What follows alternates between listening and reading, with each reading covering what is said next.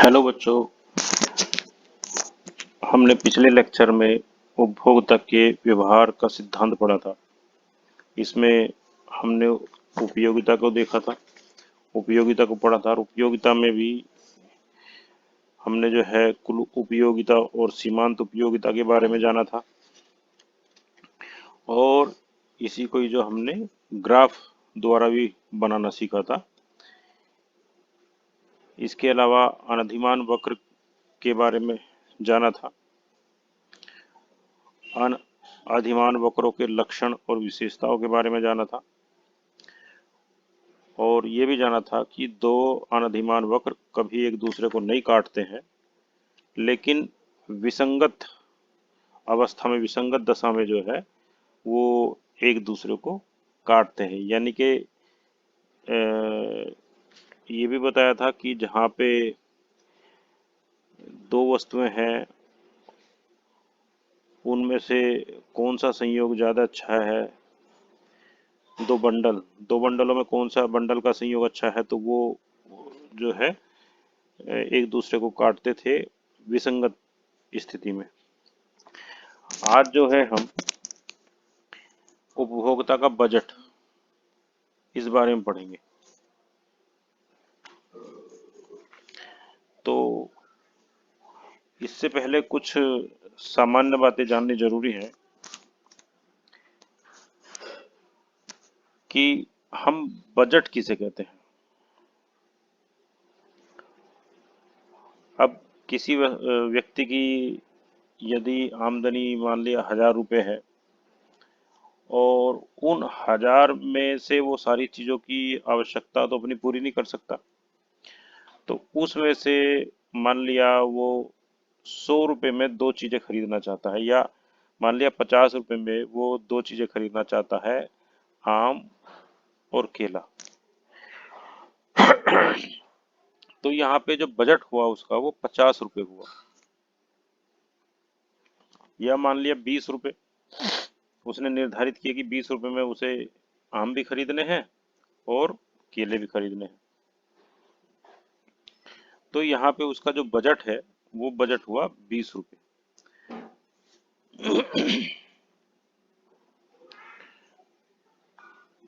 अब ये जो आम और केले की जो कीमत है, इनको दोनों को एक साथ खरीदना है उसको, और 20 रुपये में खरीदना है।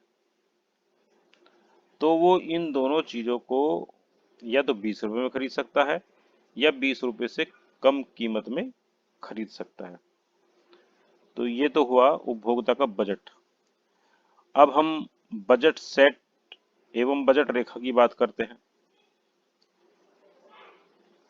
तो हम मान लेते हैं, मान लिया उपभोक्ता की आमदनी m है, यानी कि इसको जो 20 रुपये बताया था उसको हम m मान लेते हैं, और उसको दो वस्तुएं खरीदनी है जिनकी कीमत है P1 और P2। यदि उपभोक्ता केले की x1 इकाई खरीदता है तो x1 उसकी इकाई होगी और P1 होगी उसकी कीमत। यानी कि अगर मान लिया वो दो केले खरीदता है और एक केला 5 रुपये का है, तो 2 × 5 यानी कि वस्तु गुणा उसकी कीमत, तो कितने होगी 10 रुपये। तो यहाँ पे हमने वस्तु की कीमत मानी थी P और वस्तु की इकाई मानी थी X, तो ये हो गया P1 × X1। तो इतना धन हम केले पे खर्च करेंगे। इसी प्रकार से आम है, आम की जो इकाई है वो X2 है और आम की जो कीमत है वो P2 है। तो उस पे हम कितना पैसा खर्च करेंगे, P2 × X2। तो इस प्रकार से हम दोनों वस्तुओं की जो इकाइयां खरीदते हैं उसको हम बंडल में बोलेंगे। तो इस पूरे बंडल की जो कीमत हुई वो क्या हुई, P1 X1 plus P2 X2। जो भी धनराशि खर्च की जाएगी वो बराबर M के आ जाएगी। तो इस तरह से हम इसको एक सूत्र के रूप में भी बता सकते हैं कि m बराबर P1 x1 plus P2 x2 ये हुआ, यानी कि उसका कुल बजट बराबर दोनों वस्तुओं की इकाई गुणे कीमत, पहली वस्तु की इकाई गुणे कीमत प्लस दूसरी वस्तु की इकाई गुणे उसकी कीमत। तो ये हुआ या तो हम जो ये वस्तु खरीदेंगे या तो हम एम यानी कि जितना हमारा बजट है उतने में खरीदेंगे या उससे कम में खरीदेंगे, उससे अधिक में नहीं खरीद सकते। तो इसको एक सूत्र द्वारा भी दिखाया गया है यहाँ पे कि ये उसकी जो बजट है उस बजट से x1 और x2 की जो इकाई है और उनकी जो कीमत है ये उसके बजट से कम है, यानी कि अगर मान लिया 20 रुपये बजट था तो ये 20 रुपये से कम है, यानी कि 19 भी हो सकती है, उससे भी कम हो सकती है। तो ये बात समझ में आ गई हुई। अब आगे चलते हैं। यह असमानता जो ये 2.1 समीकरण दिया है ये उपभोक्ता का बजट प्रतिबंध कहलाता है। बजट प्रतिबंध का मतलब है कि वो जो दो वस्तुएं खरीदेगा वो उसके बजट से के बराबर हो सकती है, बराबर कीमत की हो सकती हैं या फिर उससे कम कीमत की होगी। तो ये बात जो है अच्छी प्रकार से समझ में आ गई होगी। अच्छा, एक चीज और है यहाँ पे बतानी भी जरूरी है कि जब हम यहाँ किसी वस्तु की इकाई की हम बात कर रहे हैं तो मुद्रा जब ले रहे हैं तो मुद्रा को तो हम रुपए में लेते हैं और वस्तु की मात्रा को लेते हैं हम किलोग्राम में। तो इस तरह से जो केला की कीमत है वो P1 जिस वस्तु को वो खरीदना चाहता है और उसके लिए उसे प्रति किलोग्राम P1 रुपया देना पड़ता है। तो ये हम इसको कहेंगे। अब हमने यहाँ एक उदाहरण लिया है कि किसी आदमी का जो बजट है वो 20 रुपये है और उसे दो वस्तुएं खरीदनी है, आम और केला ही मान लीजिए। अब दोनों की जो कीमत है वो है 5-5 रुपये।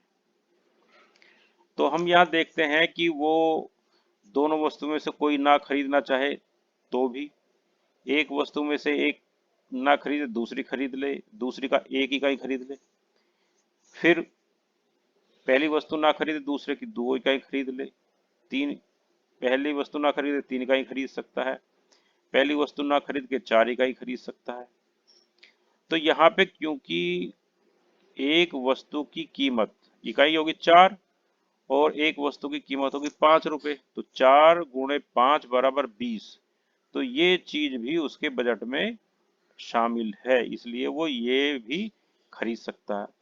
अब जैसे ये चले थे, हमने पहली वस्तु 0-0 खरीदी थी और दूसरी वस्तु 1-2-3-4, ऐसे ही हम अब पहली वस्तु 1-2-3 और 4 खरीदते हैं और दूसरी वस्तु 0 रह जाती है, ऐसे भी कर सकते हैं। और हम एक एक वस्तु भी खरीद सकते हैं, 1 और 2 भी खरीद सकते हैं, 1 और 3 भी खरीद सकते हैं, 2 0 भी खरीद सकते हैं, 2 1 भी खरीद सकते हैं, ये भी खरीद सकते हैं, ये भी खरीद सकते हैं और यहाँ ये भी खरीद सकते हैं। अब हम इनमें खरीद क्या नहीं सकते, एक ही वस्तु की तीन दोनों वस्तुओं में से एक एक वस्तु की 3-3 इकाई हम नहीं खरीद सकते। क्यों?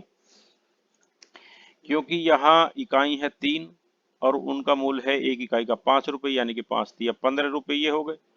और दूसरी इकाई कितने 5, उसका मूल्य है 5 रुपये, इकाई है 3 तो 3×5 = 15 ही हो गए।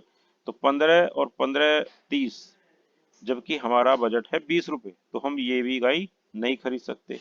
इसी तरह से हम ये इकाई भी नहीं खरीद पाएंगे क्योंकि इसका 4×5 = 20 और 5×5 = 25, यानी कि 25 और 20 45 रुपये होता है इसकी कीमत, जबकि हमारा बजट है 20 रुपये। तो कहने का मतलब यह है कि हम यहाँ 20 रुपये तक की ही चीज खरीद सकते हैं, उससे अधिक की चीज नहीं खरीद सकते हैं। उम्मीद है ये जो उदाहरण है समझ में आ गया होगा।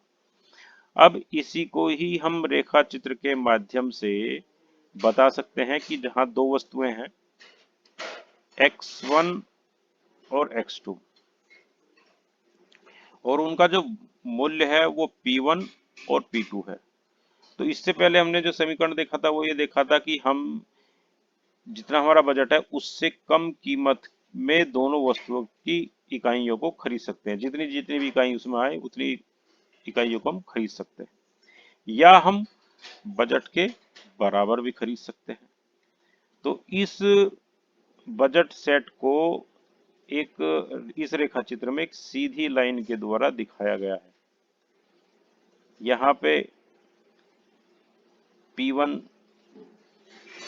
केले की प्राइस है, यहाँ P2 आम का प्राइस है।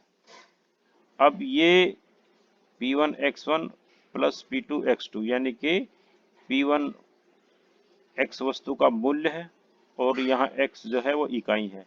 मूल्य गुणे इकाई प्लस दूसरी वस्तु की इकाई गुणे मूल्य, ये जो बराबर होगा ये हमारे बजट के बराबर होगा, उससे ज्यादा नहीं जा सकता, क्योंकि ये हमने पहले उदाहरण में बताया भी था। तो इस तरह से हमारा जो है ये जो समीकरण बना है ये का मतलब है कि बजट बराबर हमारा होता है P1 x1 plus P2 x2। अब इस रेखा चित्र से वे सभी बंडल इस रेखा चित्र में ये रेखा चित्र में सभी बंडल आ जाते हैं कि आम के कितने बंडल, आम की इकाई कितनी होगी, केले की कितनी इकाई होगी, केले की कितनी इकाई होंगी, आम की कितनी होगी। यहाँ तो हम यहाँ देखते हैं कि हमें अपने बजट के अनुसार केले और आम की इकाइयों को बदलना पड़ेगा। यदि हमें केले ज्यादा लेने हैं तो आम की इकाई कम करनी पड़ेगी, आम ज्यादा लेने हैं तो केले की इकाई कम करनी पड़ेगी, वहां तक जहां तक कि उनका मूल्य 20 रुपए या 20 रुपए से कम ही आए। तो इसको हम बजट रेखा कहते हैं। अब बजट रेखा के नीचे के बिंदु उन बंडलों को दिखाते हैं जिनका जिनकी जो लागत है वो या तो M यानी कि 20 रुपए या 20 रुपए से कम हो। तो इस समीकरण को हम यहाँ पे जब हम x2 यानी कि दूसरी वस्तु, पहली वस्तु आम और दूसरी वस्तु मान लिया केला, तो x2 बराबर M/P2 माइनस P1 अपान P2 गुणे x, इसके रूप में भी लिख सकते हैं। ये पहले 10वीं क्लास में या उससे पहले कभी मैथ में देखा होगा कि जब हम एक वस्तु निकालते हैं तो दूसरा ये बटे ये आ जाएगा, फिर दूसरा जो है P1 बटे ये आ जाएगा और गुणे x1। तो एक रेखा जो बजट रेखा है वो बिल्कुल सीधी होती है। अब उस पे जो P1 ये P1 वस्तु है तो यहाँ P1 अपान M है, ये अंतःखंड है, और जो ऊर्ध्वाधर रेखा है इस पे हम देख रहे हैं P2 M अपान P2 है ये।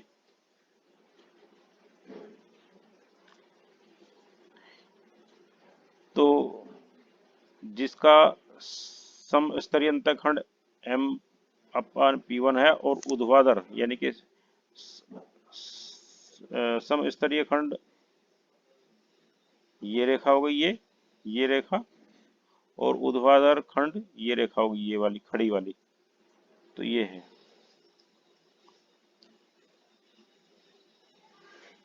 अब यहाँ पे एक बात बतानी जरूरी है कि जो वस्तुएं पूर्ण इकाई होती हैं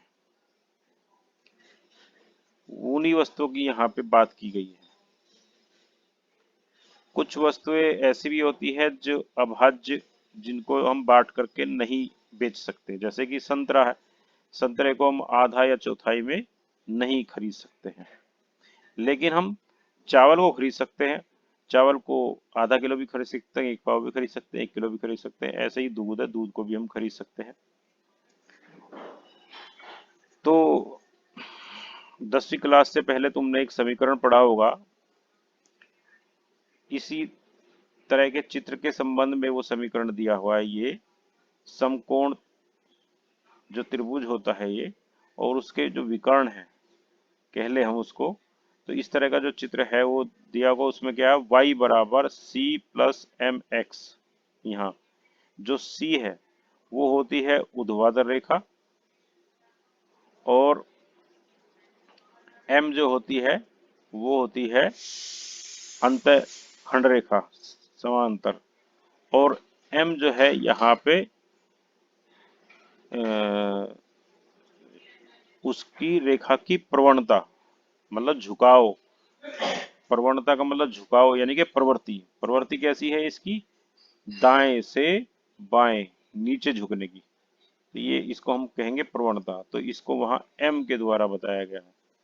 तो इस तरह से जो सूत्र बनता है वो y बराबर c प्रवणता m गुणे x, ये होता है। तो यहाँ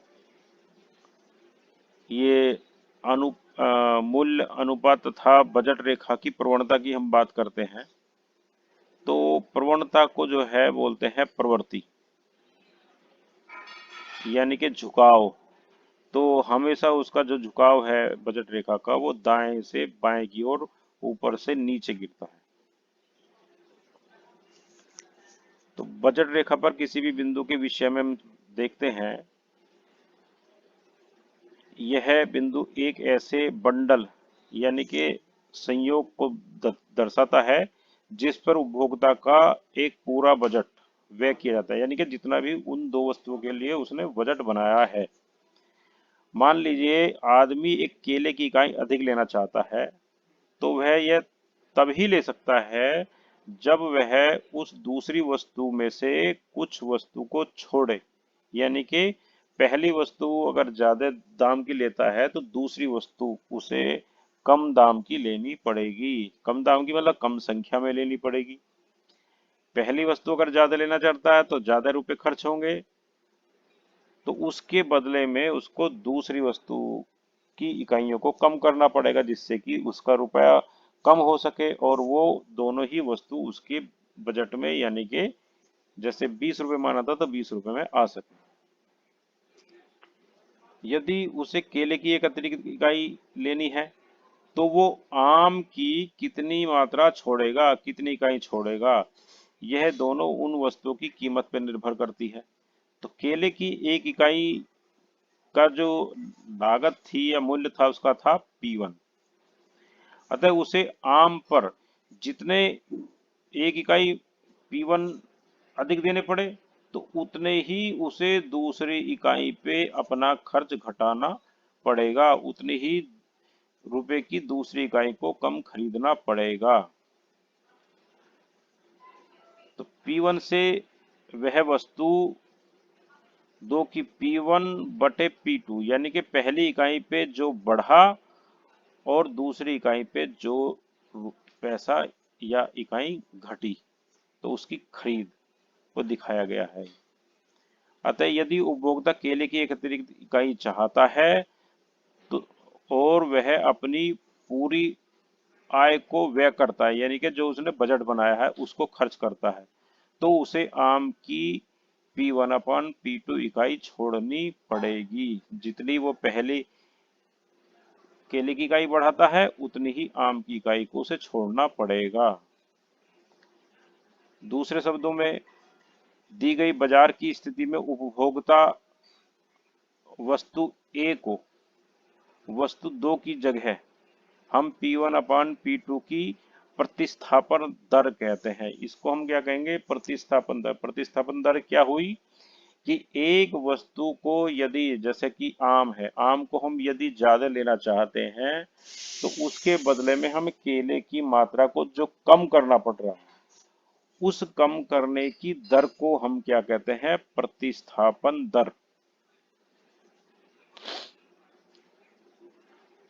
अब बजट रेखा की प्रवणता का निक्षेप मूल्य उस दर को मापता है जिस पर उपभोक्ता के आम के बदले केला खरीदता है।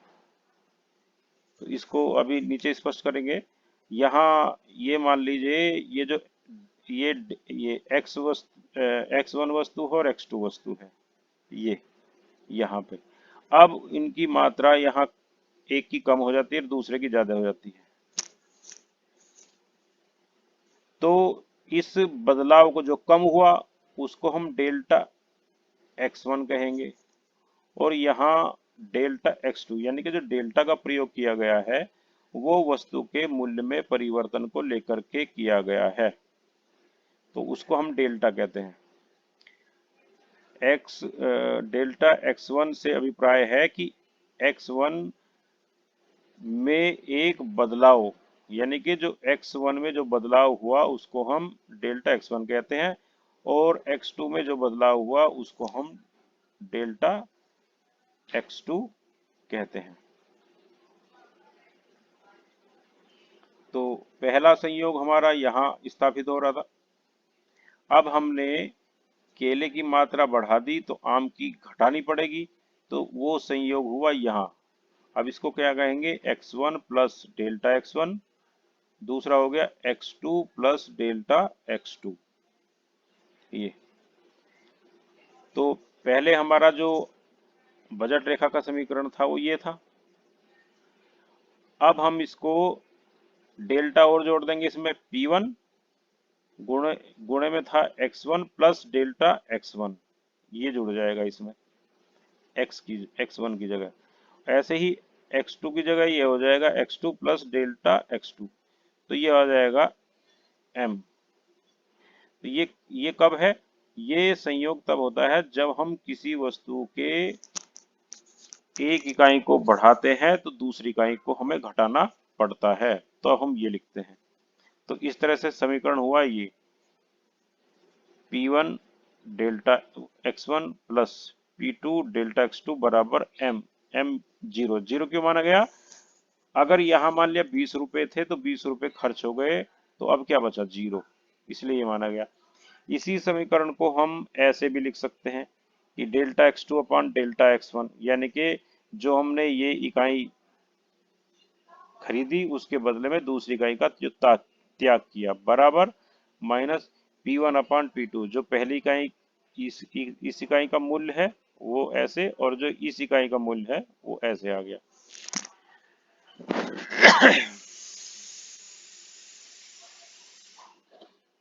अब हम बात करते हैं बजट सेट में बदलाव की।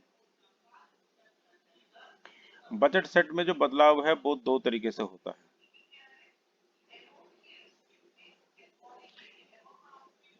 अगर हमारी आमदनी m है, यानी कि जो है, तो उसमें हम किसी वस्तु को ज्यादा खरीदना चाहते हैं तो दूसरी वस्तु में बदलाव हो जाएगा, दूसरी वस्तु कम खरीदनी पड़ेगी। तो ये स्थिति तो पहले हम पढ़ चुके। अब मान ले हम कि दोनों वस्तुओं की कीमत वही रहती है और उसकी आमदनी में बदलाव होता है। आमदनी जो है m जैसे 20 रुपए मान ली थी हमने, 20 रुपए से बढ़ करके मान लिया 25 रुपए हो जाती है, m डैश हो जाती है, ये मान लिया। दोनों वस्तु की कीमत में कोई बदलाव नहीं है, तो वस्तु वही रहती है। तो बजट रेखा की जगह अब यहाँ आ जाएगा ये लेस देन का चिन्ह आ जाएगा, यानी कि m हमारे 25 रुपए से जो माना था 25 रुपए उससे ये कम ही रहेंगी, क्योंकि वस्तु की कीमत में तो कोई बदलाव नहीं हुआ और इकाई भी हम उतने ले रहे हैं, तो यहाँ इसकी कीमत से ये कम रहेगी। तो ऐसी स्थिति में फिर जो बजट रेखा है वो ये आ जाएगी। और जब कोई वस्तु हम बढ़ा देते हैं तो उसकी कीमत m डैश के बराबर हो जाती है, यानी कि 25 रुपए के बराबर हो जाती है, तो समीकरण ये आएगा, यानी कि दोनों वस्तुओं जो हमने खरीदी है वो इतने रुपए के मूल्य के बराबर खरीदी है, ये समीकरण होगा। इस समीकरण को जब हम x2 की निकालना चाहें तो पहले वाले की तरह ही यहाँ पे वहां पे m था, यहाँ पे m डैश आ जाएगा बटे P2, बाकी सेम यही रहेगा। अब यहाँ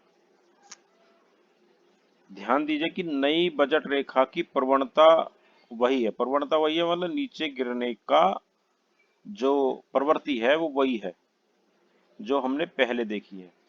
अब यहाँ हम देखते हैं, ये स्थिति है, ये हमारी बजट रेखा है। हम देख रहे हैं कि हमारी आमदनी पहले से कम हो गई, तो ऐसी स्थिति में हमें या तो आम या केला दोनों में से कम खरीदने पड़ेंगे, या दोनों को ही थोड़ी थोड़ी मात्रा कम कर सकते हैं। तो फिर हमारी बजट रेखा वो यहाँ आ जाएगी। मान लिया हम 20 रुपए खर्च कर रहे थे, 20 रुपए हमने आमदनी रखी थी, अब हमारी आमदनी होगी कम, तो 18 रुपए खर्च करने हैं, तो हमें दोनों में से कुछ कुछ वस्तुएं कम खरीदनी पड़ेंगी, क्योंकि वस्तु के मूल्य तो वही हैं।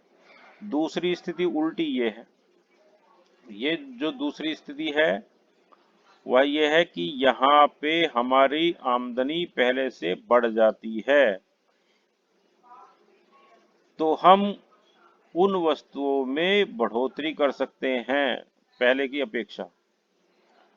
तो यहाँ हमारी आमदनी बढ़ रही है, तो जो बजट रेखा है वो इधर इधर की तरफ बढ़ जाएगी, और जहाँ आमदनी घट रही है तो वो बजट रेखा इधर की तरफ खिसकेगी।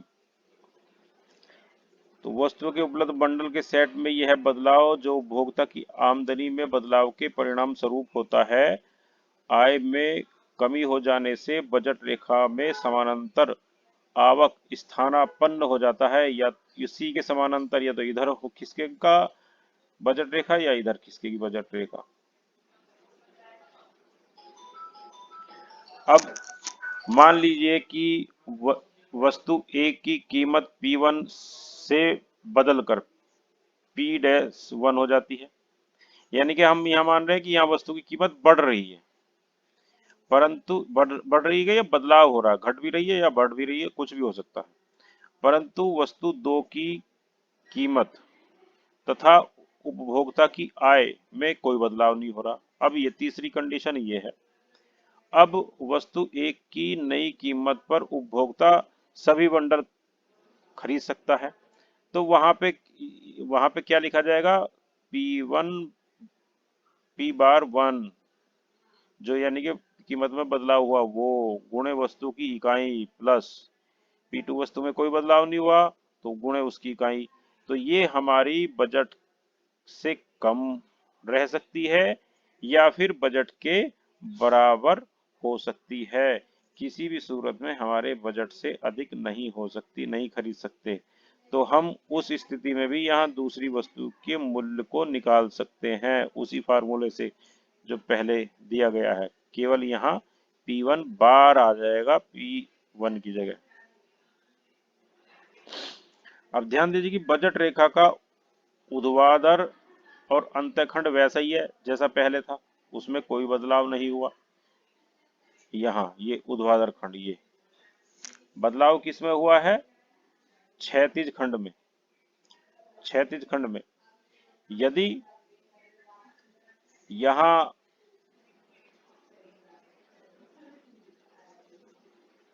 कीमत बढ़ गई है, यानी कि P1 थी और P⁻ हो गई है, तो हमें इसकी मात्रा को कम करना पड़ेगा। और यदि कीमत घट गई है तो हमारी ये यहाँ पे थी MP1, अब हमें ज्यादा वस्तुएं खरीदनी पड़ेंगी। तो कीमत यदि बढ़ गई है तो वस्तुओं की संख्या हमें घटानी पड़ेगी, और कीमत यदि घट गई है तो हम ज्यादा वस्तुएं भी खरीद सकते हैं। ये स्थिति है। तो वस्तुओं के उपलब्ध बंडलों के सेट में बदलाव के परिणाम स्वरूप केले की कीमत में बदलाव, केले की कीमत में वृद्धि बजट रेखा को अधिक प्रवणता देती है। अधिक प्रवणता का मतलब देती है जैसे रेट बढ़े तो हमें कम मात्रा खरीदनी पड़ेगी, तो ये इसकी प्रवणता ज्यादा झुकाव की होगी, ये ज्यादा झुकाव हो गया। और भी अगर बढ़ जाएगी कीमत तो हमें कम वस्तु खरीदनी पड़ेगी, फिर ये जो है वो यहाँ पे आ जाएगी, तो और प्रवणता ज्यादा बढ़ जाएगी। और जैसे वस्तु की कीमत कम हो रही है, हम ज्यादा वस्तु खरीद रहे हैं, तो इसकी प्रवणता घट जाती है। तो मैं समझता हूँ ये समझ में आ गया होगा। अब एक बिंदु और ले लेते हैं बस, फिर इसके बाद जो है हम ये लेक्चर खत्म करेंगे और अगले लेक्चर में फिर करेंगे कि उपभोक्ता का इष्टतम चयन यानी कि सबसे अच्छा, सबसे सर्वोच्च चयन क्या होता है, ये जानेंगे इसमें।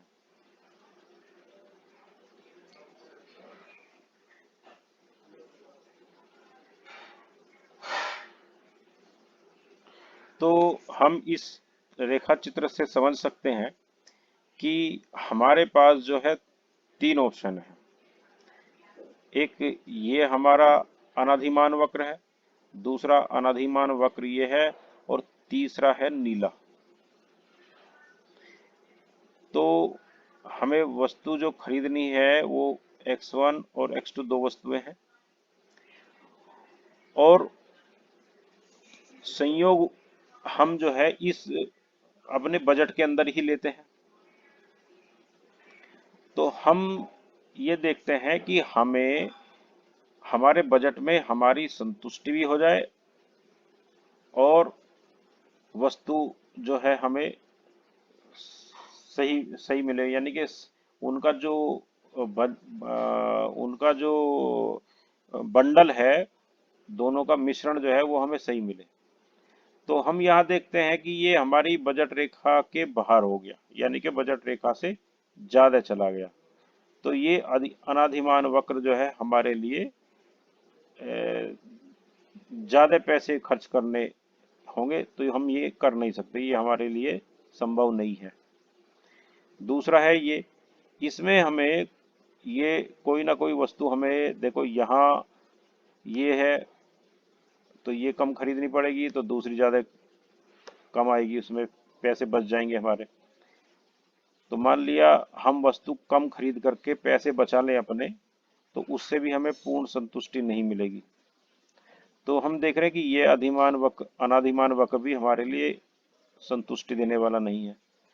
तो ये जो बीच वाला अनाधिमान वक्र है, ये बजट रेखा को यहाँ काटता है।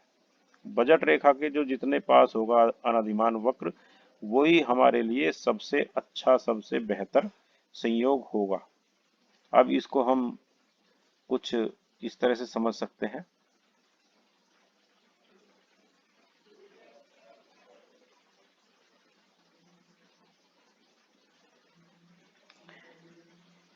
बजट सेट में वे सभी बंडल शामिल होते हैं जो कि उपभोक्ता के लिए उपलब्ध होते हैं। उपभोक्ता अपने बजट में से उपभोग बंडल का चयन कर सकता है, परंतु यह उपलब्ध बंडलों में से अपने लिए उपभोग बंडल का चयन किस आधार पर कर सकता है। तो अर्थशास्त्र में यह मान लिया गया है कि उपभोक्ता उपलब्ध सभी बंडलों में से अपने उपभोग बंडल का चयन अपनी रुचि, अधिमान और बजट सेट के बंडल के आधार पर करता है। ये सामान्य रूप में मान लिया जाता है कि उपभोक्ता के पास सभी बंडलों के सेट के विषय में जानकारी है, वह किन्हीं दो बंडलों की तुलना कर सकता है।